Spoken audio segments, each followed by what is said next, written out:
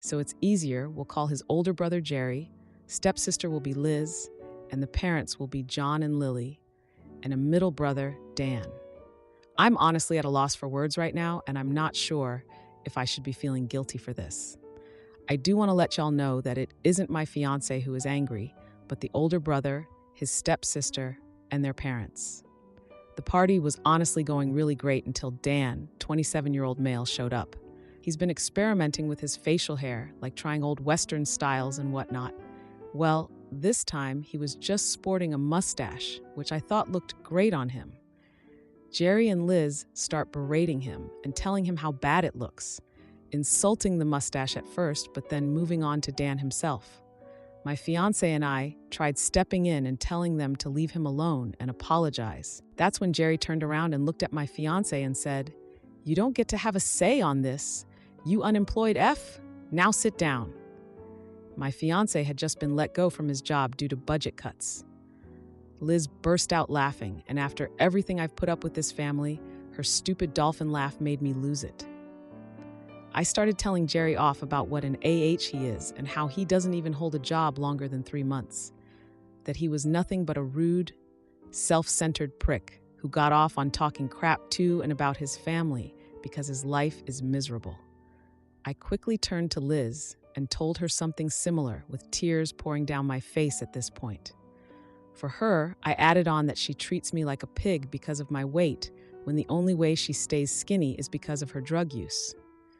My fiancé had just been letting me get it out, and when I did, I walked out to the car and sat in it crying. My fiancé came out to me and told me he loved me and how proud he was of me that I stood up for him.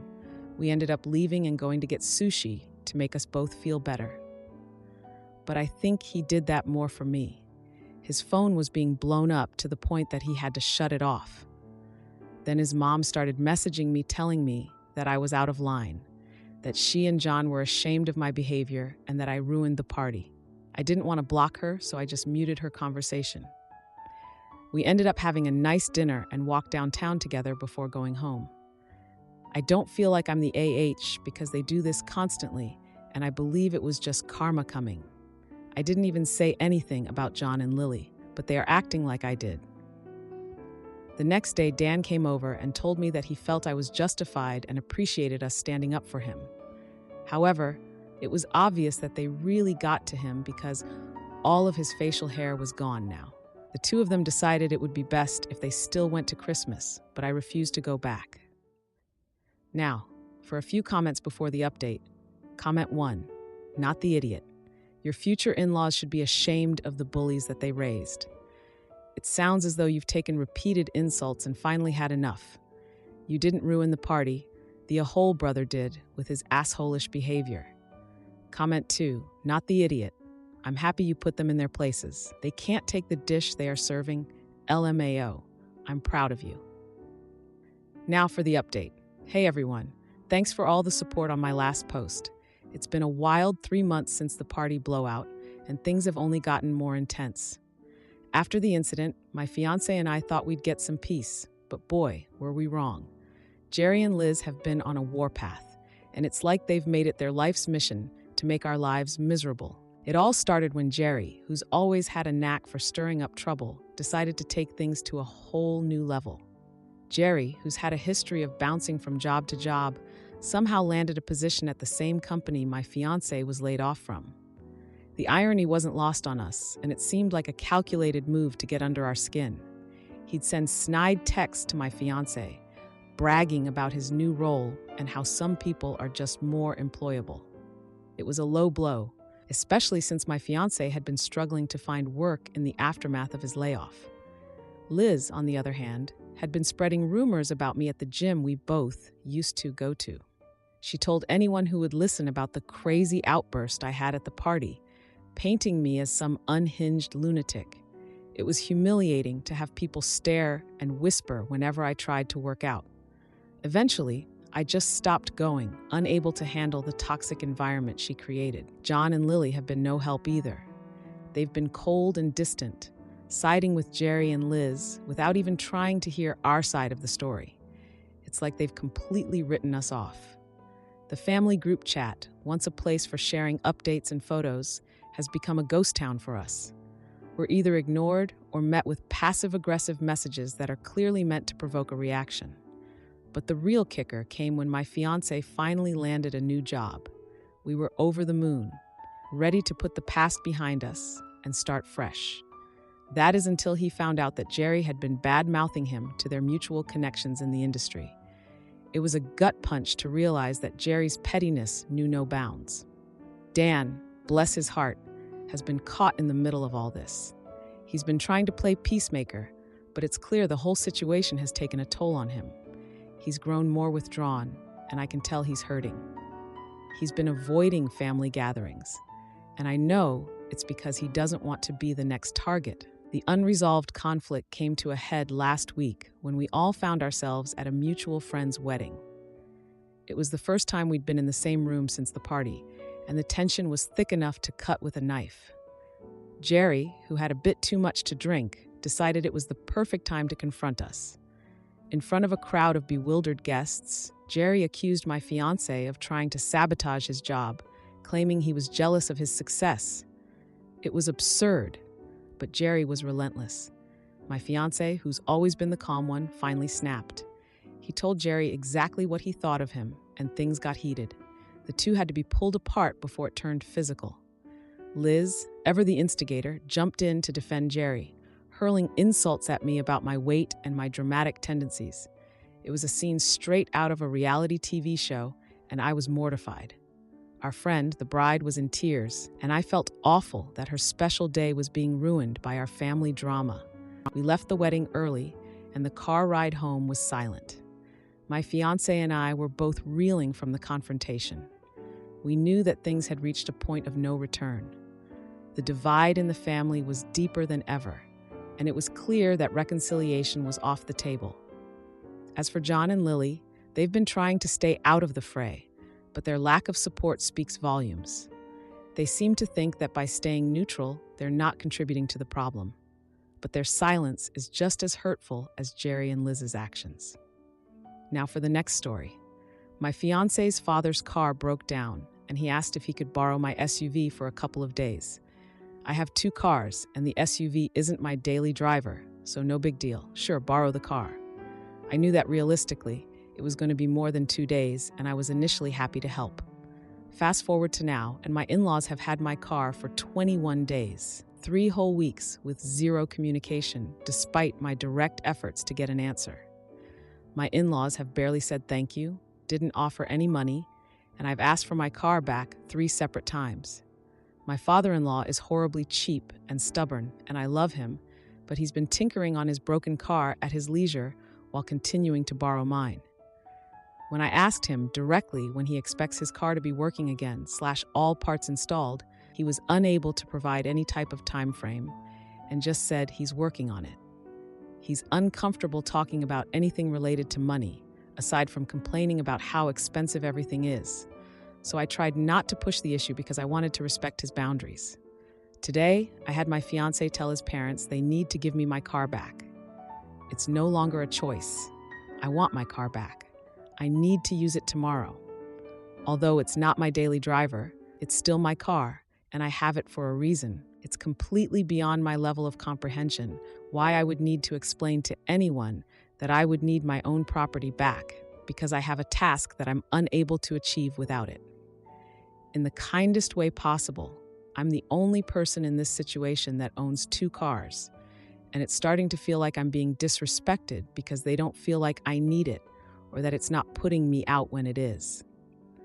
The whole thing makes me wildly uncomfortable, and I'm low-key worried they trashed my car because we have completely different standards of living. In all of this, my fiancé, their son, also has his own car, so it's like, dude, go borrow your son's car for a bit. For context, we live in America and my fiancé and his whole family are Caucasian. My fiancé is the highest paid person in his immediate family and he is the youngest child. We live in a high cost of living area and are broke AF. His parents are about 65 and I'm 34. Everyone works full time. Am I the jerk for wanting my car back so I can go pick up my dog? These people are making me feel crazy. Update. I got my car back today, and my in-laws were incredibly apologetic. I didn't have to steal my car back or call the cops, but my fiancé demanded I get my vehicle back, and now I better understand everything that's happened. Fiancé agrees that if the need presents itself again, it's up to him to be more accommodating to his folks. And I've learned a new boundary for myself. It's a win-win. I accept some level of responsibility for not putting my foot down sooner and being too nice to people taking advantage of that. Thank you to everyone that's helped me navigate the situation, and thank you for letting me know I'm not a jerk or a crazy person. Now, for a few comments before the update. Comment 1, not the idiot, go get your car. You've been more than generous with it. Some people will walk all over you if you let them. Don't let them. Comment 2, go pick it up with the spare key, take an Uber there, whatever, and take your vehicle home. Now, for the update. Hey everyone, thanks for all the support on my last post. I never expected so much feedback, and it really helped me handle the situation. So, here's what went down in the past 2 weeks. After I made it clear that I needed my SUV back, my fiancé finally stepped up. He had a serious talk with his parents, and I could tell it wasn't easy for him. He's always been the peacemaker in the family, avoiding confrontations at all costs. But this time, he put his foot down for me, and I can't tell you how much that meant.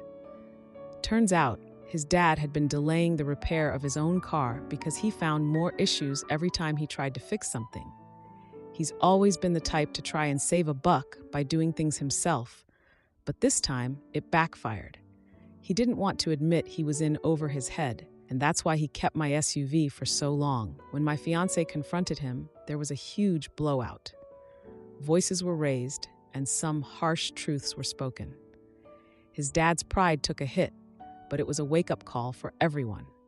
My mother-in-law, who usually stays out of these things, actually sided with us. She told him it wasn't fair to keep my car hostage and that they needed to sort out their own problems without dragging us into it. The next day, my father-in-law showed up with my SUV, freshly washed and with a full tank of gas. He apologized profusely, admitting he was wrong to assume I didn't need it. He even offered to pay for the usage, but I declined. The apology was enough for me, but that's not the end of it. My fiancé and I had a long talk about boundaries and how we need to stand our ground in the future. He agreed and promised to be more assertive with his family. It's a big step for him, considering he's always been the one to smooth things over, even if it meant sacrificing his own comfort. In the midst of all this, I found out that my fiancé had been secretly saving up to take us on a vacation. He wanted to surprise me with a trip to celebrate our engagement, but with all the drama, he decided to tell me early. It was a sweet moment that reminded me why I'm marrying this man. And remember how I mentioned we were broke AF? Well, my fiancé got a promotion at work. It's a huge deal because it means we can start saving for our future with a little less stress. His parents were over the moon when they heard the news, and it seemed to ease the tension between us all. As for my dog, I picked him up without a hitch. He's been extra cuddly since I got him back, almost like he knows what's been going on. Animals are so intuitive, aren't they? So here we are, 2 weeks later, and things are looking up. My in-laws have started looking for a new car, realizing it's time to let go of the old one. My fiancé and I are closer than ever, and we've learned a lot about dealing with family dynamics. I've also decided to keep a closer eye on my belongings. I love helping out family, but I've learned that it's okay to say no when it's causing me stress. It's all about finding that balance.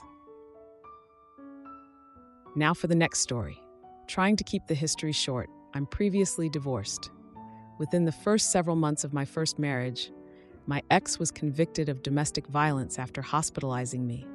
He refused any marriage counseling and walked out after 10 months married. It was traumatic for my whole family. After some time and significant therapy, post-divorce, I met a wonderful man and we dated for a couple of years. My parents, seemingly upset that I was dating in general, went out of their way to be rude to him, but never offered an explanation. Last spring, we decided to marry with a short engagement, 6 months, because we want to have children together but are close to 40 years old. Before our engagement, I started the emotionally taxing process of petitioning the church for an annulment of my first marriage, which to this day is still pending. My parents firmly said I'm not allowed to marry and have to honor my previous vow. When I said I'd marry anyway, my parents' behavior worsened. First, they wouldn't come stay at my house because we are committing adultery.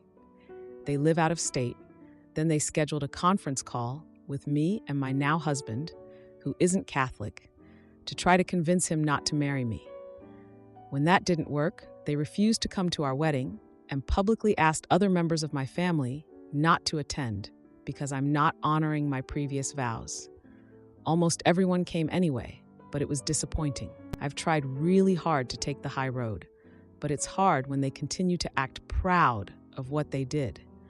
Like the boycott was God's great virtuous work, all while liking and commenting on the wedding photos, saying how beautiful I look. In an effort to mend fences, when my parents asked to stay with us for a week during Christmas, I obliged with the understanding that I'm not going to church with them this year.